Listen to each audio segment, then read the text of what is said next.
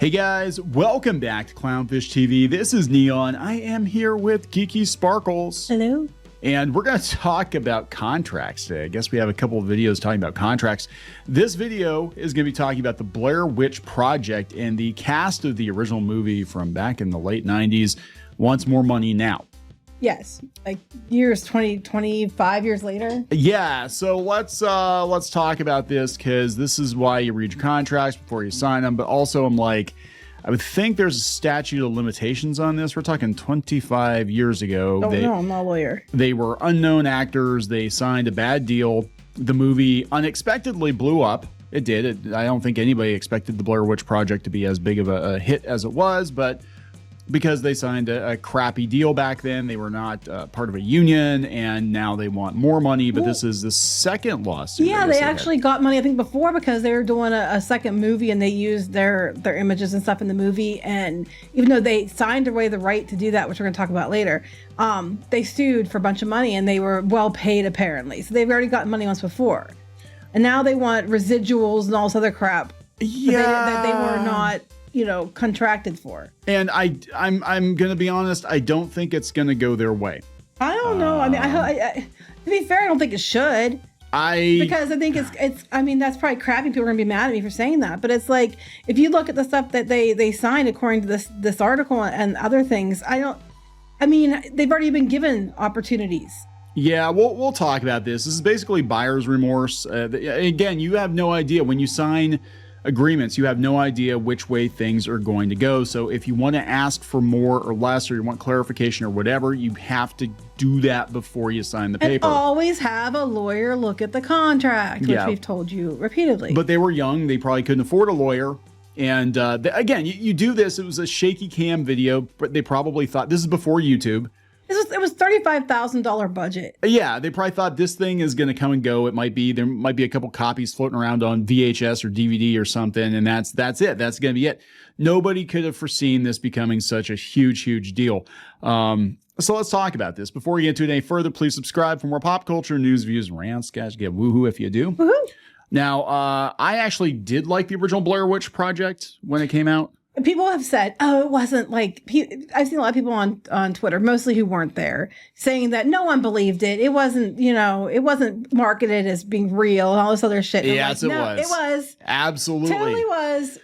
It was like the start of this, viral marketing movement that you see now.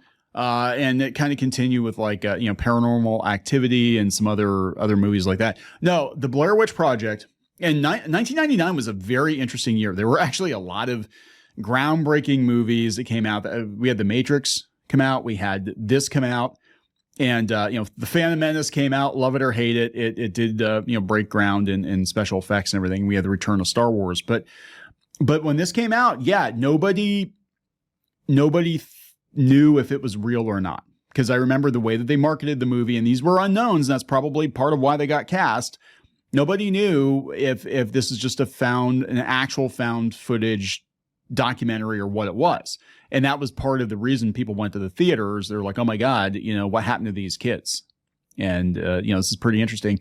And a lot of people were not in on the joke. And even after people saw it, there was discussion. I remember, late night TV and newspaper articles and everything like, oh my God, don't worry guys. It was just a movie. They're actors. They're fine. But yeah, I don't think you can replicate that now. No, and they can't. And that's part of the problem. Yeah. But they're trying to. And so you haven't heard jack from these people until now they're trying to redo the franchise again, which is a bad idea. And now here they are again. Like, oh, well, now that you're going to do the franchise again, now we want more. Yeah. So apparently what happened was Blumhouse announced that they were going to do more Blair Witch movies, which I think is terrible because the second one was really polished. It was like the reason the first one worked. Yeah, it doesn't work. Everybody knows. Everybody's in on it now. It doesn't work. So now the three leads are coming out, and it's Heather Donahue, Joshua Leonard, and Michael Williams.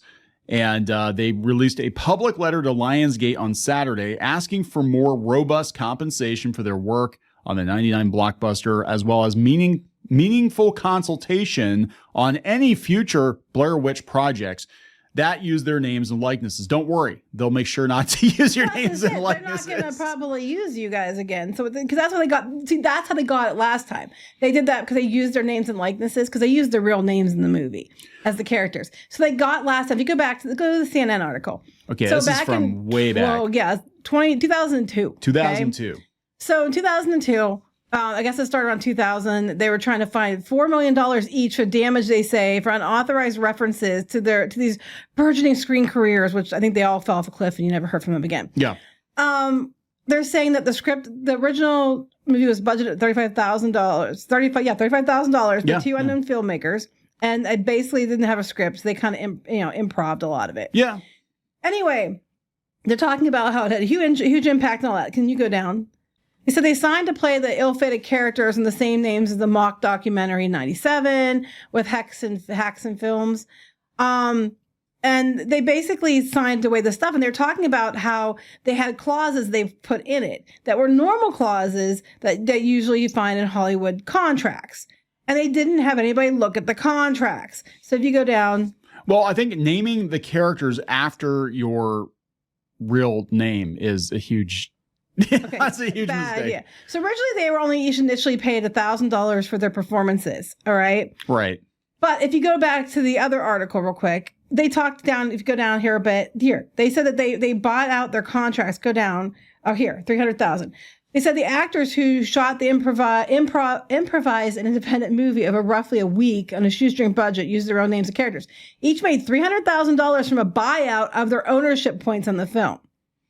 So they got paid $1,000. They apparently made $300,000 and got bought out. Well, once you get bought out, that's game over. Like there's no way they could have foreseen that this movie, it went on to make 240. I think the Blair Witch Project is actually one of the most profitable movies of all time. $35,000, 248 million worldwide in the late 90s, early 2000s. Yeah. Right. I mean, that's insane. It was, I don't think people realize, like, if you were not there, it was a massive hit. Massive hit. So they had the lawsuit in 2002 because I guess they used some of their likenesses in that, which apparently they got paid for. Because if you go back to the CNN article, one, they talked about how they didn't even look at the contract. Like the one girl, like, she just had her photographer boyfriend look at it. Yeah. They said that there was a 9-paragraph acting agreement that they signed. The document known as deal memos or shorthand agreements often proceed to replace longer contracts. Okay. In this case, the memos are copied from a book by the producer without the help of an attorney. So like today, nobody used attorney. Yeah. So like, yeah, nobody. Yeah, that's it. It's basically a glorified handshake deal. But the thing is it depends on the intention when the contract is presented. I do know that much. Like if you agree to something and you both agree and you both enter into an agreement eyes wide open and no information is being withheld from the other party or whatever, you can even get away with like scribbling on a napkin or email as being an agreement, and it could be argued in court that you guys just made this agreement between yourselves and everybody understood the terms. But nobody, again, this was made, nobody knew how big this movie was going to be. Right. But they even said like the actress was like, she only showed it to her photographer boyfriend before signing it. So they didn't get it checked. Probably like a quick $1,000. I'm going to go LARP in the woods for 10 days. For 10 days. And it'll be out on VHS or DVD and we can have a good laugh in 20 years. That's probably what she thought. Yeah, but apparently they got $300,000 for selling up their points for the movie or whatever. But if you go to the very bottom of the article, they're saying here about they were paid well. They said the compensation they finally received was not unsubstantial, he said. I think they were quite pleased. If they hadn't used them in the sequel, there never would have been a lawsuit. Okay. So this has been resolved. They didn't use them. They were in that sequel and that's it. Now, fast forward to now, they're rebooting the franchise. We don't even know if they're going to be using them in it. And they're already out here wanting money all of a sudden. Probably not. Because, given what happened last time, they'll probably just make a reference to like, oh, yeah, there were some, young people that got lost in the woods like 25, 30 years ago. What's her face and what's his face and whatever. Something finger. Or they're just going to reboot it completely and make it a whole new thing and just act like it's that's probably more likely. I think it was, again, this thing was basically just like a fan film. Nobody could have foreseen it being as big as it was. I've seen I've seen college film majors do more polished movies, and this thing is the only reason it did as well as it did is people, honest to God, thought because of their names, it probably, what information we had access to back then, they're probably like, oh, the Heather, oh, she's actually real. Like, her picture. Oh my god! Here's her picture in the newspaper. And they deliberately went out of their way to make it seem very real. Yes, and that viral marketing that was brilliant, and that's why it was such a big deal. But if you go down, they give you what their demands are. Yeah, they had. I forgot they even had a sequel in 2016. It only did $45 million. This is not going to be repeatable. It's just not. But here's what they're asking for. Okay. Retroactive plus future residual payments to Heather, Michael, and Josh for acting services rendered in the original Blair Witch Project, equivalent to the sum that would have been allotted through SAG-AFTRA had they had proper union and legal representation when the film was made. Yeah, but here's my thing. Okay, I get not like don't want people to get screwed, but the flip side is you had options that you didn't take them, and now it's years later, and now they're going to do it again, and you're thinking there's money. You're coming wanting all this stuff that you agreed to begin with. Is it them or is it some ambulance chasing lawyer that's like, hey, hot damn, let's go call up. I remember there was a lawsuit 20 years ago with these Blair Witch actors. Let's go call them up and, hey, did you know there's going to be a reboot? Hey, I can get you money. I can get you some money for this. I'm just like, it's kind of crap. I mean, yeah, I get they should have been paid better at the time, but it was a bunch of they're a bunch of friends pretty much, doing the show. Yeah. And like hanging out and then seeing what they could do. And it ended up being a big deal. Had it not made a lot of money, they wouldn't give two shits whether they got residuals, would they? No. They didn't care then. They only care now because they think there's going to be, there's money. I mean, honestly, I don't think, did any of them actually go on to other things? The one dude did like another movie or something with Freddie Prinze Jr., which isn't something I brag about. But other than that, not really. Because I'm like, if it were me, I mean, they're not, see, the thing is, they're not really actors. They're kind of just playing themselves. In 2002, they tried to argue that it was damages done to them because because the characters were their real names, which they agreed to, by the way. Yeah, which was dumb. I mean, to be honest, that was incredibly dumb. That when people see that they thought it was another movie, they thought we were involved, and then it was really harmful to us in our careers because we weren't involved and all this other crap, and that's what they tried to argue back then. Okay, and they might have got away with it back then because it was only like a couple years after the original film was released, so that would make sense. We're talking 25 years later and nobody gives a shit. Nobody gives a shit about the franchise anymore. I mean, that's just it. I mean, that's the thing. They try. Well, that's it. It was something you couldn't repeat. It was a product of its time. They've tried to turn it into a franchise. Even if Blumhouse reboots it, I don't think it's going to do well. They tried rebooting it before. This isn't something that's evergreen. It happened in a certain place in time. We were a lot more innocent then, and people took everything at face value and they thought, oh my God, this is a found footage. And these people exist because I remember, I think they had to like hide out for a while or something. I remember hearing about this. Like, I'm sure there are some people listening to this that know a lot more about Blair Witch than I do. A lot more about Blair Witch. I saw it like once or twice 20 years ago and kind of forgot it existed. But like, I think I read that they pretty much had to lay low while the film was out to give the impression that they were actually lost in the woods, So, but again, you agreed to that, right? Yeah, I'm not saying it was like the one that for a couple years later, I can understand. Okay, it was like 3 years later. I get it. We're talking 5 years later. And now because they announced they're going to do another one, and now here you come.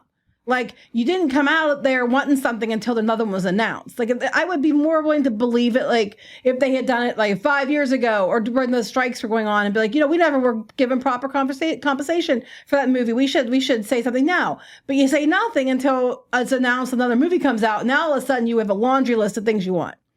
So they want meaningful consultation on any future Blair Witch reboot, sequel, prequel, toy game, ride, escape room, etc., in which one could reasonably assume that their names or likenesses will be associated with promotional purposes of the public sphere. No problem. Just ignore that and step over it. That's what they're going to do. I hate to break it to now. You honestly, that threatening them with another lawsuit like this, you've pretty much guaranteed they'll probably just reboot the whole thing and not have anything to do with the previous incarnation, just to avoid having to pay royalties. Right. And it's skeezy, but that's what they will do. I mean, the people that own it bought the franchise, bought the rights, bought the contracts. I'm sorry if you don't like it. It sucks, but that's how it is. They said, note, our film has been rebooted twice. Both times were a disappointment from a fan box office critical perspective. Yeah, no shit, because you can only get away with it once. Yes. Neither of these films were made with significant creative input from the original team. That wouldn't have made one lick of difference. No. And as the insiders who created the Blair Witch have been listening to what fans love and want for 25 years, we're your single greatest yet thus far unutilized secret weapon. Basically, we want to mandate you pay us. So mandate you that we have to be hired for the project. The cynic in me, like, and I'm not slamming these actors. I don't know these people. I've never met these people. The cynic in me says we've been doing the con scene for the last 20 or 30 years. The money's drying up, and hot damn, let's get in on that. But unfortunately, you signed a shit deal. And, and I don't know what to tell you. If they re-release the film, I think we're worried about, they're going to re-release the film and put some special 25th anniversary edition out. That's what I think they're worried about. And in that situation, I do think they should be paid for it. Even though the contract doesn't say they have to be. If it pertains to the original version of the film. But yeah, they have had toys and stuff. I've seen action figures. That would piss, I gotta be honest, that would piss me off too. But if you signed it away. But I'd be like, I did that when I was like 22 years old. I was stupid. And, here I am, 50 years old, and I got to see these toys on the shelf. Not that, I don't think they're selling a ton, but there is definitely still a fan base for it. But yeah, it would irritate the hell out of me. Yeah. It would. So, I can see them getting paid or for the 25th anniversary thing. I think that they should be, given money for that. But as far as, any project moving forward and they have to be forced to allow them to be consultants, to pay them more, I think is absolute dog shit. And then the Blair Witch grant. This one's actually I don't disagree with. Yeah. A $60,000 grant in the budget of our original movie, which I guess with inflation. Paid out yearly by Lionsgate, to an unknown aspiring genre filmmaker to assist in making their first feature film. This is a grant, not a development fund. Hence, Lionsgate will not own any of the underlying rights to the project. Well, they're not going to do it. They're not going to do that. When these studios, these companies, when they give you a grant or whatever, it's understood, or it might have strings attached. Like, well, we get like a first look. Well, yeah, a first look would be completely, fair. Yeah. So I don't know. I think the whole thing is they're just worried they're going to do a 25th anniversary something and they're going to not make any more money because they didn't give a crap about it 2 years ago, or they didn't say anything until they announced they're doing more, and then here they come. Yeah. Now here's a public statement from the directors and producers of the Blair Witch. Yeah, they side with the actors. Yeah, they were the ones that screwed them in the first place. Yes, but it could be a case of like when the stuff got sold. I don't know. Yeah, it said, as we near the 25th anniversary of the Blair Witch Project, our pride in the story world we created and the film we produced is reaffirmed by the recent announcement of a reboot by horror icons Jason Blum and James Wan. While we, the original filmmakers, respect Lionsgate's right to monetize the intellectual property as it sees fit. They paid for it. They paid for it.